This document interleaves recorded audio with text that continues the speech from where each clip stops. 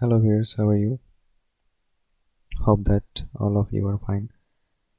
তো আজকের এই ভিডিওটি হচ্ছে বোর্ড কোশ্চেন নিয়ে, মানে হচ্ছে যারা জাতীয় বিশ্ববিদ্যালয়ের ইংরেজি সাহিত্যের দ্বিতীয় বর্ষের স্টুডেন্ট তাদের জন্য এই ভিডিওটি।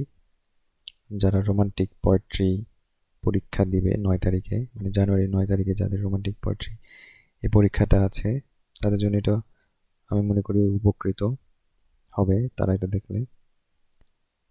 তো এটা দেখার আগে আমার এই চ্যানেলে সবাই সাবস্ক্রাইব করবেন please.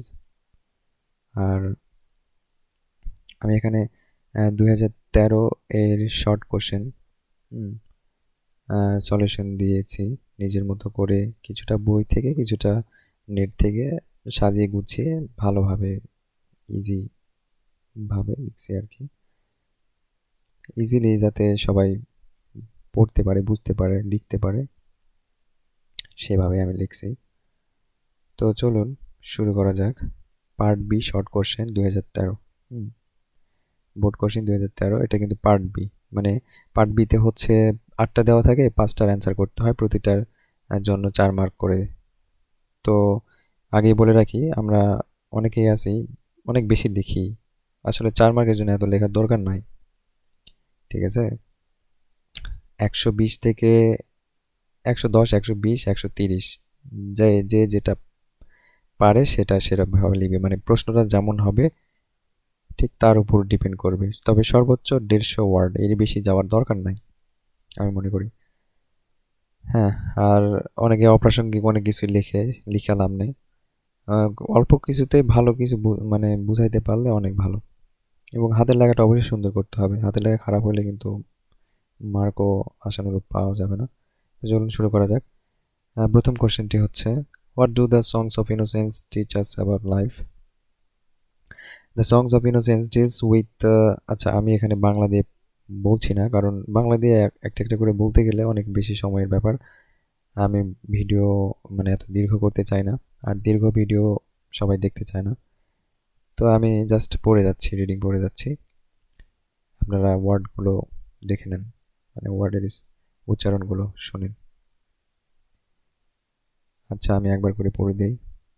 The songs of innocence deals with a child's world. It is a world of simplicity, innocence, joy, purity, and virtue. In the Lamb, the poet visualizes the divine qualities of the child, and the Lamb unifies them with Jesus Christ. It is innocence which connects these three figures. The harmlessness of the Lamb and the purity of the heart of a child are manifestations, that means sign, of Christ's innocence. The chimney sweeper throws light on the miserable life of young children who are subject to inhuman treatment in society. The poem deals with the wretched or awful maybe wretched conditions of the মানে দুর্দশা আর কি, অভাগা, দুর্ভাগা condition of the children employed as chimney sweepers by factories and industries. At one night, Tom dreamed of an angel with a bright key who opened the coffins to set them all free. When the angel freed them, they were jolly and cheerful and enjoyed life and work. Thus, the world of innocence represents joy, gentleness, and purity of life. The next question is, write a short note on Byronic hero, or what characteristics of a Byronic hero do you find in Don Juan Canto 1? এই দুটা same same answer হবে, question দুটা একই। তো এখানে বলতেছে যে আসলে বায়োনিক হিরোর যে বৈশিষ্ট্যগুলো সেগুলা করতে বলতেছে, নোট লিখতে বলতেছে বা ডিসক্রাইব করতে। এখানে প্রথমে বায়োনিক হিরোটা কি সেটা, মানে বায়োনিক হিরোটা কোথা থেকে আসছে, এটা the term bionic is an adjective form of Byron, who is a famous romantic poet of English literature. Byron has created many heroes. In his writing, Don Juan is called Byronic hero because he possesses some special characteristics. He has played a very significant role in his famous poem Don Juan, Canto 1. Okay, the bionic hero reflex, এখন কিছু বৈশিষ্ট্য এখানে দেওয়া আছে যে আসলে bionic hero reflects aspect of Byron's characters, এটা আসলে বাইরনের ক্যারেক্টারকেই প্রকাশ করে আর কি।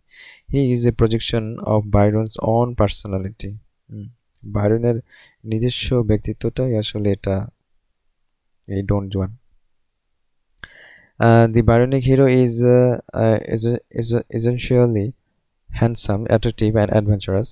Juan's physical attractiveness is revealed in Canto 1. The Bionic hero is a man of loose morals. He falls in love with several women and enjoy pleasures of sex.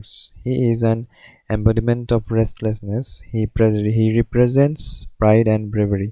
He is indomitable. What are the similes used in Skylark, or cite an example of similes from To a Skylark? How does Shelley make use of similes in To a Skylark? এই তিনটা question একই। তো সিমিলিটা কি আগে সেটা লিখতে হবে যে similes are figures of speech that are used by many others or that are used by poet and other forms of writing. They are comparisons that use the words like or as, আসলে তুলনা আর কি। Simile হচ্ছে এক ধরনের তুলনা করা, বোঝা, তুলনা করাতে সিমিলিটা ব্যবহৃত হয়। আচ্ছা, there are several similes used by Shelley to a Skylark. আচ্ছা, এখানে কিছু সিমিলি ইউজ করা হয়েছে সেটা দেখানো হচ্ছে যে কিভাবে সিমিলিটা ব্যবহৃত হয়েছে। যে Shelley compares the upward flight of Skylark to a cloud of fire rising upward. Okay. He compares the floating and soaring of the Skylark to a soul. আত্মার সাথে তুলনা করছে যে ফ্লোটিং অ্যান্ড সোয়ারিং মানে এই স্কাইলারের যে উড়ে ভেসে বেড়ানোটাকে আত্মার সাথে তুলনা করছে। The invisibility of the Skylark is compared to a star in the sky. The invisible Skylark is compared to a poet who is hidden from the public by the obscurity of his ideas. The Skylark is then compared to a high-born maiden. Okay, the next question is what is Wordsworth's idea of immortality of human soul in Immortality Ode? আচ্ছা, Immortality Ode এই Wordsworth মানে মানুষের ইমোর্টালিটির সম্পর্কে যেই ধারণাটা সেটা, যে in Immortality Ode Wordsworth argues that the human soul is everlasting. আচ্ছা, মানে এটা মরে না, এটা চিরন্তন। He believes that মানে মানুষের আত্মা চিরন্তন।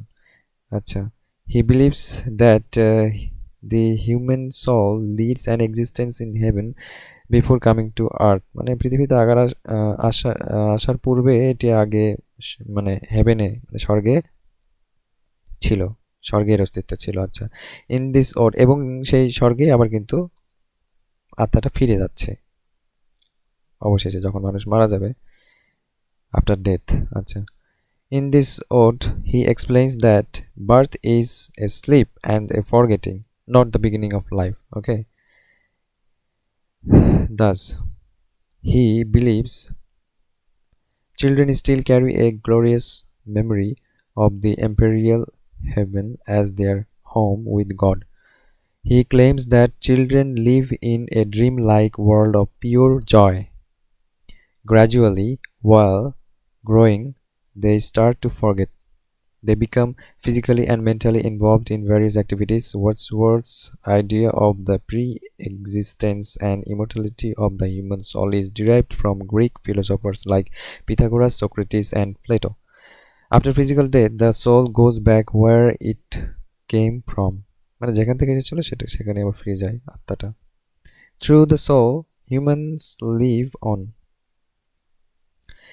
That is what Wordsworth sees as immortality. আর এটাই এই Wordsworth immortality, human-এর immortality হিসেবে দেখছে। আচ্ছা, comment on the misfortune that befell Michael's family. এই কোশ্চেনটা আসলে পুরাতন সিলেবাস অনুসারে করা হয়েছে, এটা দরকার নাই কারণ নতুন সিলেবাসে এটা আমাদের নাই। আচ্ছা, next question, describe the imaginary palace of Kubla Khan. Kubla খানের ইমাজিনারি প্যালেস সম্পর্কে বর্ণনা করতে বলতেছে, মানে লিখতে বলতেছে বর্ণনা। Acha, Kublai Khan was a historical figure. He was the grandson of Genghis Khan. He ordered a pleasure house or pleasure dome to be built for him in Janadu on the bank of the sacred river the Alf.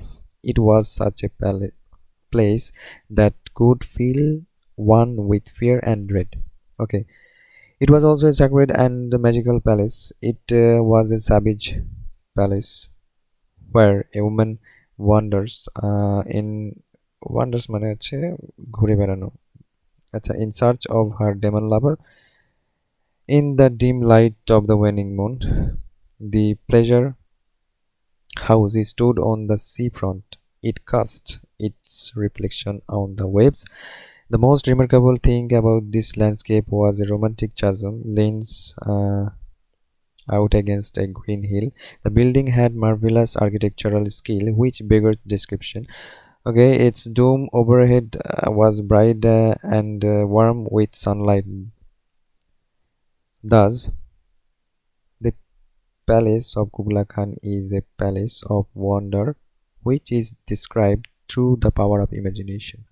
Okay, এটা একটা বিস্ময়কর palace যেটা পাওয়ার imagination কল্পনার শক্তি দ্বারা কি করা হয়েছে বর্ণনা করা হয়েছে আচ্ছা 7 নম্বর কোশ্চেনটা হচ্ছে explain with reference to context much have I travelled in the rims of gold আচ্ছা These lines have been extracted from the sonnet on first looking into Chapman's Homer written by John Keats. Here the poet metaphorically tells us about his reading of many ballads and romances of the poets of Western Europe. Ballad হচ্ছে এক ধরনের বই Keats was very fond of reading. His reading has been like traveling in different countries and kingdoms. Like travelers, he has visited the golden domain of the poetry of great poets like Spenser, Shakespeare and Milton. He gets pleasure as much as the sight of the rim of gold gives to a poor. মানে সে balance গুলা এই বইগুলা পড়ে যেমন মজা পায় মানে গরিব যেমন সোনার মুখ দেখলে যেমন আনন্দ পায় ঠিক তেমনি এই জন কিটসও বই ব্যালেন্স পড়লে এরকমই মজা পায় He has also explored the noble and pleasure-giving world of adventurous romances. He has gathered much knowledge through romantic poems dealing with mystic life in the Western Islands. Okay, the next question is describe how the west wind moves over land and sea. এই কোশ্চেনের দরকার নাই এটা থাকলে বাদ দিতে হবে যারা 2021 সালে পরীক্ষা দিবে দ্বিতীয় বর্ষের তাদের এই এটা দরকার নাই এই কোশ্চেনটা নো নিড ওকে এখানে শেষ করলাম ডিউরেশনটা অনেক বড় হয়ে গেল আচ্ছা আমি পরের ভিডিওতে আবার 2015 সালের কোশ্চেনের সলিউশন দিয়ে দিব